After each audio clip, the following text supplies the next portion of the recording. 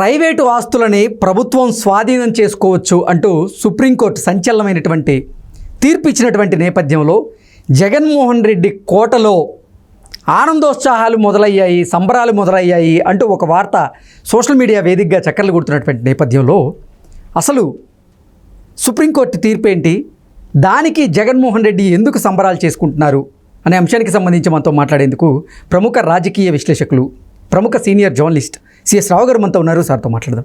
Sir hi sir. Hello sir, private ఆస్తులను ప్రభుత్వం స్వాధీనం చేసుకోవచ్చు అంటూ సుప్రీంకోర్టు సంచలనమైనటువంటి తీర్పు ఇచ్చినటువంటి నేపథ్యంలో జగన్మోహన్ రెడ్డి కోటలో ఆనందోత్సాహాలు, సంబరాలు మొదలయ్యాయి అంటూ ఒక వార్త సోషల్ మీడియాలో చక్కర్లు కొడుతుంది. ఏంటి సార్, అసలు ప్రైవేట్ ఆస్తుల్ని ప్రభుత్వం స్వాధీనం చేసుకోవడానికి సుప్రీంకోర్టు అనుమతి ఇవ్వడం ఏంటి, దానికి జగన్మోహన్ రెడ్డి సంబరాలు చేసుకోవడం ఏంటి అంటే ఏం చెప్తారు? ఇప్పుడు సుప్రీంకోర్టు తాజాగా ఒక తీర్పు వెలువరించింది. ఏంటంటే అది అవసరమైనప్పుడు ప్రైవేట్ ఆస్తులైనా సరే తీసేసుకోవచ్చు ప్రభుత్వం అనేటువంటిది ఇచ్చింది. దానికి సంబంధించి ఆల్రెడీ వేరే స్టేట్ వాళ్ళు ఒక కేసు వేశారు. కేసు వేస్తే వాళ్ళ ప్రైవేట్ ఆస్తుల్ని ప్రభుత్వం స్వాధీనం చేసుకోబోతుంది. ఆ ప్రైవేట్ ఆస్తుల్లో ఉండేటువంటి ప్రకృతి సంపద ఏదైతే ఉందో, సహజ వనరులు, ఆ సహజ వనరుల మీద ఎవరికి పెత్తనం ఉంటుంది అనే దాని మీద కోర్టులో చాలా కాలం నుంచి కోర్టులో కేసు నడుస్తున్న సందర్భంగా మొత్తం చట్టాలన్నింటినీ కూడా మొత్తం చూసిన తర్వాత ఈవెన్ చంద్రచూడే ఇవ్వడం జరిగింది. సుప్రీంకోర్టు జడ్జి చంద్రచూడే అంటే కొంచెం ఆయన అన్ని బాగా స్టడీ చేసి ఇస్తారు తీర్పు అనేది ఆయన మీద నమ్మకం.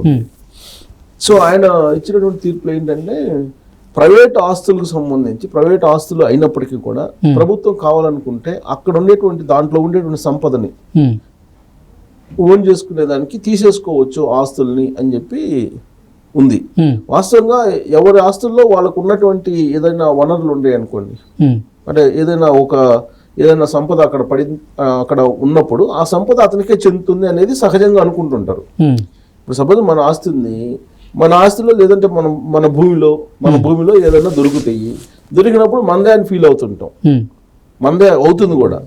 కానీ అలా కాదు, ప్రభుత్వం కావాలనుకుంటే దాన్ని తీసేసుకోవచ్చు అని చెప్పి తీర్పు ఇచ్చినప్పుడు ఈ తీర్పు ఎందుకు జగన్మోహన్ రెడ్డి లేదంటే తాడేపల్లి కోర్టులో సంతోషం కలిగిస్తుంది అనేటువంటి ఒక అనుమానం రావచ్చు, ఎవరికైనా అనుకోవచ్చు. సుప్రీంకోర్టు తీర్పుకి అదేదో రాష్ట్రంలో సంబంధించిన ఇష్యూని సుప్రీంకోర్టు తీర్పిస్తే ఎందుకు తాడేపల్లి కోర్టులో సంబరాలు చేసుకుంటున్నారు అనుకోవచ్చు.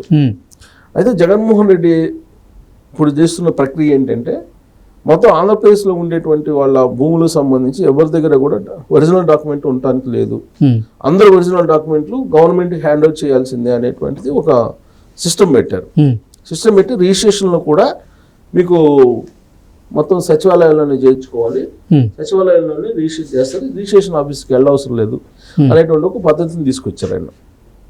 ఎవరి భూమినైనా ఎవరైనా సరే సచివాలయాన్ని పోయి రాయించుకోవచ్చు. ఆ వెసులుబాటు కల్పించి ఒక చట్టాన్ని తీసుకొచ్చిన క్రమంలో దాని మీద రకరకాలుగా ఇప్పుడు విమర్శలు వస్తున్నాయి రాష్ట్ర వ్యాప్తంగా కూడా. ఈ భూములు టైటిలింగ్ అనేటువంటి యాక్ట్ ఉంది కదా, titling act, land titling act దాని మీద అడ్వకేట్స్ వీళ్ళందరూ కూడా ఫైట్ చేస్తున్నారు. దాని మీద జనసేన పార్టీ కూడా ఒక షార్ట్ ఫిల్మ్ తీస్తే అది వైరల్లో ఉంది. ఇప్పుడు వైరల్లో టాప్ 2లోనే ఉంది, 1కి వెళ్ళి మళ్ళీ టాప్ 2 ఉన్నట్టుంది, వాళ్ళు కూడా ఉంది వైరల్ అవుతున్న వీడియో.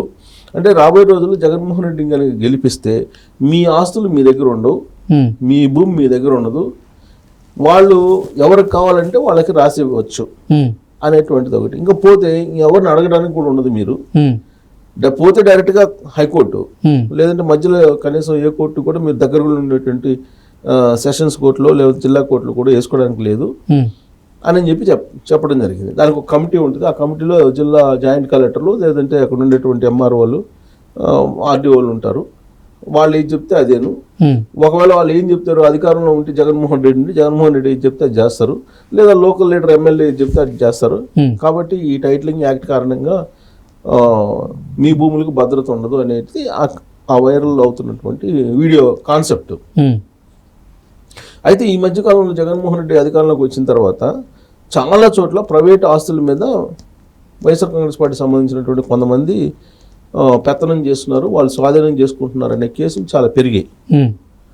పెరిగినటువంటి క్రమంలో అసలు జగన్మోహన్ రెడ్డి ప్రభుత్వం ప్రైవేట్ ఆస్తుల మీద మీరు మీ దౌర్జన్యం ఏంటి, మీ పెత్తనం ఏంటి అనే దాని మీద చాలా చోట్ల కేసులు కూడా ఫైల్ అయినాయి.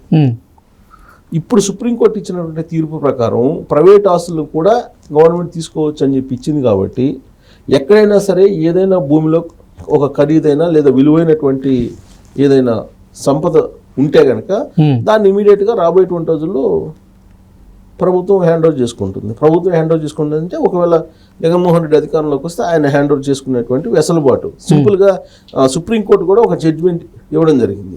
అంటే న్యాయస్థానాల్లో కూడా తీర్పులు కూడా అనుకూలంగా ఉన్నాయి కాబట్టి ఇక జగన్మోహన్ రెడ్డి ఆలోచన ఏ విధంగా అయితే ఉందో రాబోయేటువంటి రోజుల్లో ఒరిజినల్ డాక్యుమెంట్స్ పెట్టుకొని మొత్తం ల్యాండ్ మొత్తం గవర్నమెంట్ హ్యాండ్ ఓవర్ చేసుకోవాలి అనేటువంటి ఒక ఆలోచన ఉంది అని చెప్పి వైఎస్ఆర్ కాంగ్రెస్ పార్టీలో చర్చ జరుగుతుంది. అసలు యాక్చువల్గా దీని మీద ఏదో చేస్తున్నారు, పూర్తిగా క్లారిటీ రావట్లా. ఒరిజినల్ డాక్యుమెంట్లు తీసుకుంటున్నారని అంటేనే ఏదో అనుమానం ఉంది. అసలు రీసర్వే చేశారు కదా, రీసర్వే చేసిన తర్వాత ఎవరిది ఏంటి ఎక్కడ ఏంటి అనేది మొత్తం జగన్మోహన్ రెడ్డి బొమ్మతోటి రాళ్ళు బాతారు కదా, అది జగన్మోహన్ రెడ్డి భూమే లేకపోతే అది ప్రజల భూమి అనేది అర్థం కావట్లేదు. అర్థం కాని విధంగా రీసర్వే చేశారు. రీసర్వే చేసేసి అక్కడ రాళ్ళు బాతేసి జగన్మోహన్ రెడ్డి బొమ్మ వేశారు. సో వేసినప్పుడే నీ అస్తిత్వం అనేది పోయింది కదా, అంటే నీ భూమి కాదు అనేది. ఇప్పుడు ఆ జగన్మోహన్ రెడ్డి బొమ్మ కనపడుతుంటే చుట్టూరు అద్దురాళ్లలో అది నీ భూమి అనుకోవాలా జగన్మోహన్ రెడ్డి భూమి అనుకోవాలా? దానికి అదనంగా ఏం చేస్తున్నారు, ఇప్పుడు ఒరిజినల్ డాక్యుమెంట్లు ఇవ్వమంటున్నారు. సో ఒరిజినల్ డాక్యుమెంట్లు ఇచ్చిన తర్వాత ఏం చేస్తారు, గవర్నమెంట్ దగ్గర ఉంటాయి.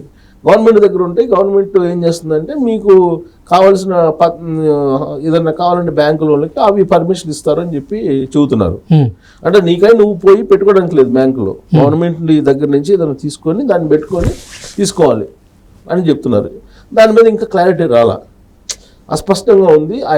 ఆయన నిర్ణయం మీద అస్పష్టంగా ఉన్నటువంటి క్రమంలో మళ్ళీ జగన్మోహన్ రెడ్డి వస్తే కనుక ల్యాండ్స్ లాగేసుకుంటారంట, ఒరిజినల్ డాక్యుమెంట్స్ తీసుకుంటున్నారంట, ఈ ల్యాండ్స్ తీసుకెళ్ళి బ్యాంకులో పెట్టుకుంటారంట. ఇలా రకరకాలుగా ఎవరికి తోచిన విధంగా వాళ్ళు చెప్పుకుంటున్నారు. చెప్పుకుంటున్న పరిస్థితుల్లో ఇప్పుడు సుప్రీంకోర్టు ఇచ్చినటువంటి తీర్పు ఆయన ఆలోచనలు ఏదైతే ఉన్నాయో ఆ ఆలోచనలకు తగిన విధంగా లేదా ఇప్పుడు జరుగుతున్న ప్రచారానికి తగిన విధంగా ఆ తీర్పు ఉంది. దాంతో ప్రజల అందరిలో ఒక రకమైన అలజడి మొదలైతే తాడేపల్లి కోర్టులో మాత్రం ఒక రకమైనటువంటి కోలాహలం ఉంది అని చెప్పి చెబుతున్నారు. దానికి కారణం ఏంటంటే అసలు కోఆపరేటివ్ వ్యవసాయం అనేది పెట్టాలి అనేది అప్పట్లో రాజశేఖర రెడ్డి బతికొన్న రోజుల్లోనే ప్రయత్నం చేశారు. కోఆపరేటివ్ వ్యవసాయం కావాలంటే ఆ ఊర్లో ఉండేటువంటి రైతులందరూ చిన్నగారు రైతులందరూ కూడా ఒక చోటకి చేరి ఒక సంఘంగా ఏర్పడి ఆ భూమిని మొత్తం ఒకే చోటకి చేసి ఒక 1000 ఎకరాలు 500 ఎకరాలు ఇస్తే దాన్ని కోఆపరేటివ్ వ్యవసాయం అంటారు. చిన్నగారు చిన్న కామతాలు నష్టం జరుగుతున్నాయి కాబట్టి రాబోయేటువంటి రోజుల్లో సహకార వ్యవసాయం దిశగా వెళ్ళాలి మనం అని చెప్పి అప్పట్లో ఒక ఆలోచన చేశారు. సో దాని